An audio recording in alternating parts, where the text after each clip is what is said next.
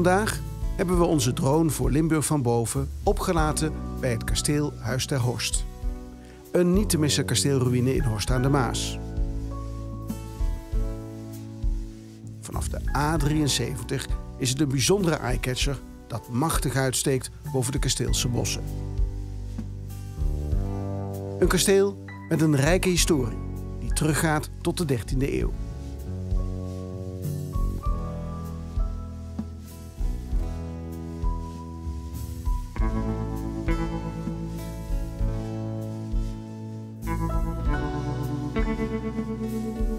De naam van het kasteel Huis ter Horst komt voor het eerst in de boeken voor in 1326, als de eigenaar, graaf van Gelderen, de burcht in onderpand geeft.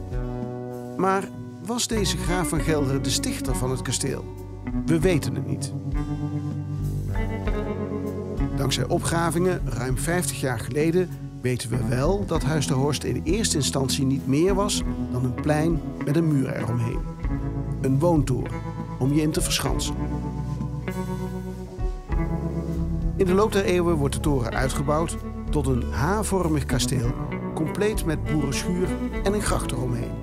De militaire burcht verandert in een idyllisch woonkasteel voor de rijke adel.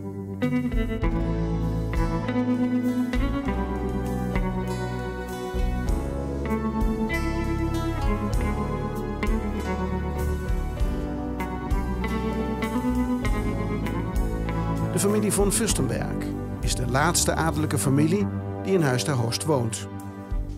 Vanaf eind 18e eeuw raakt het kasteel steeds verder in verval en wordt het voor afbraak verkocht. Daarom is veel van het machtige kasteelcomplex compleet verdwenen. De Hof ter Binnen is in 1920 als gevolg van blikseminslag afgebrand. Als restant van dat hof is de hardstenen omlijsting van de toegangspoort bewaard gebleven.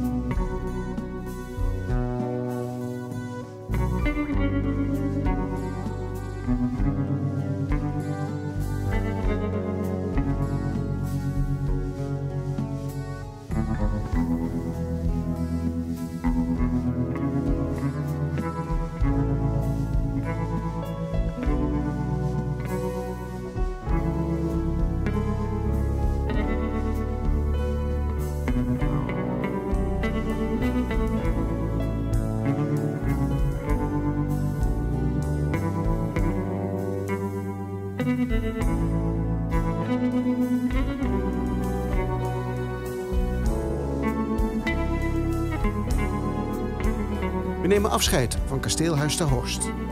Tot de volgende Limburg van Boven.